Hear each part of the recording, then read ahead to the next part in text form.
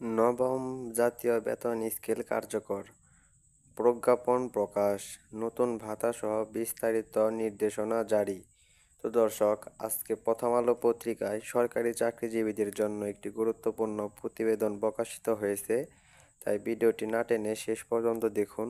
আর এখন পর্যন্ত যারা আমাদের চ্যানেলটি সাবস্ক্রাইব করেননি, দ্রুত সাবস্ক্রাইব করে ফেলুন। মহার্ঘ ভাতা নবম পে স্কেলের সর্বশেষ আপডেট সবার আগে পেতে আমাদের চ্যানেলটি সাবস্ক্রাইব করে রাখুন।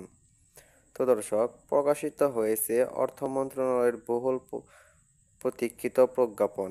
আজ থেকে নবম জাতীয় বেতন স্কেল আনুষ্ঠানিকভাবে কার্যকর হয়েছে, যেখানে মূল বেতনের পাশাপাশি সংযুক্ত হয়েছে বিশেষ ভাতা ও মহার্ঘ ভাতা। বলা যায়, সরকারি চাকরিজীবীদের জন্য এটি একটি গুরুত্বপূর্ণ পদক্ষেপ।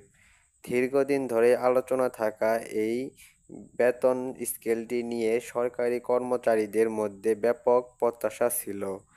প্রজ্ঞাপনে বলা হয়েছে, প্রতিটি গ্রেডে নির্ধারিত হারে বিশেষ ভাতা যোগ হবে। একই সাথে মহার্ঘ ভাতা চালু করে কর্মীদের জীবনযাত্রার ব্যয় সামাল দিতে কেন্দ্রীয় সরকার এক ধাপ এগিয়ে এসেছে। সরকারি সূত্রে জানা গেছে, কিছু নির্দিষ্ট গ্রেডে অতিরিক্ত প্রণোদনা স্থায়ীভাবে সংযুক্ত করা হয়েছে, যা ভবিষ্যতে কর্মীদের আয় বাড়াতে সহায়ক হবে। এই পরিবর্তনের মাধ্যমে বেতন কাঠামোকে আরও বাস্তবসম্মত এবং বাজার ঘনিষ্ঠ করতে চায় সরকার। অর্থ বিভাগের গেজেট অনুসারে কিছু নিম্ন ও উচ্চ গ্রেডের ভাতার হার নির্ধারণের প্রাথমিক রূপরেখা প্রকাশ করা হয়েছে। এই সিদ্ধান্তে সরকারি কর্মচারীদের পাশাপাশি পেনশনারদের জন্যও সুবিধা প্রদানের দিক বিবেচনায় আনা হয়েছে। যদিও এখনও পেনশন সংশ্লিষ্ট ভাতার বিষয়ে পূর্ণাঙ্গ নির্দেশনা প্রকাশ হয়নি, তবে সরকারের একাধিক নথিতে এর উল্লেখ পাওয়া যাচ্ছে। বিশেষজ্ঞদের মতে, বেতন ও ভাতা বৃদ্ধির ফলে স্বল্পমেয়াদে বাজেটের চাপ বাড়লেও দীর্ঘমেয়াদে এটি অভ্যন্তরীণ বাজারকে চাঙ্গা করতে সহায়ক হবে।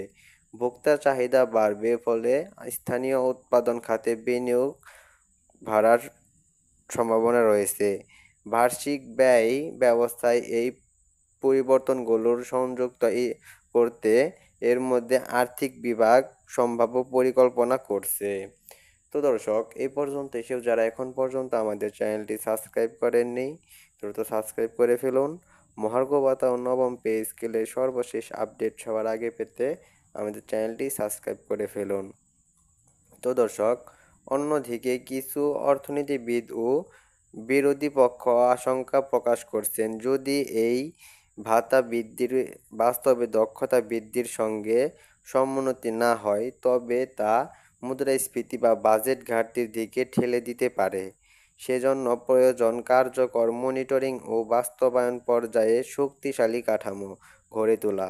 প্রসঙ্গত, পে কমিশন ও সরকারের সংশ্লিষ্ট কর্মকর্তারা ইতিমধ্যেই নীতিগত আলোচনায় ব্যস্ত রয়েছেন, যাতে এই নতুন পে স্কেল বাস্তবায়ন হয় স্বচ্ছতা ও ন্যায্যতার ভিত্তিতে।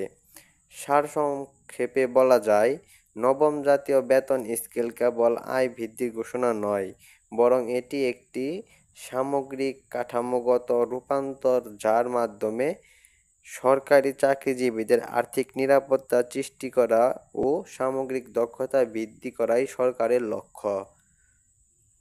প্রজ্ঞাপনে সংযুক্ত নির্দেশিকা অনুযায়ী এই সিদ্ধান্ত পর্যায়ক্রমে বাস্তবায়ন করা হবে এবং সংশ্লিষ্ট ভাতাসমূহকে দায়িত্ব পালনের জন্য নির্দিষ্ট দিক নির্দেশনা দেওয়া হয়েছে।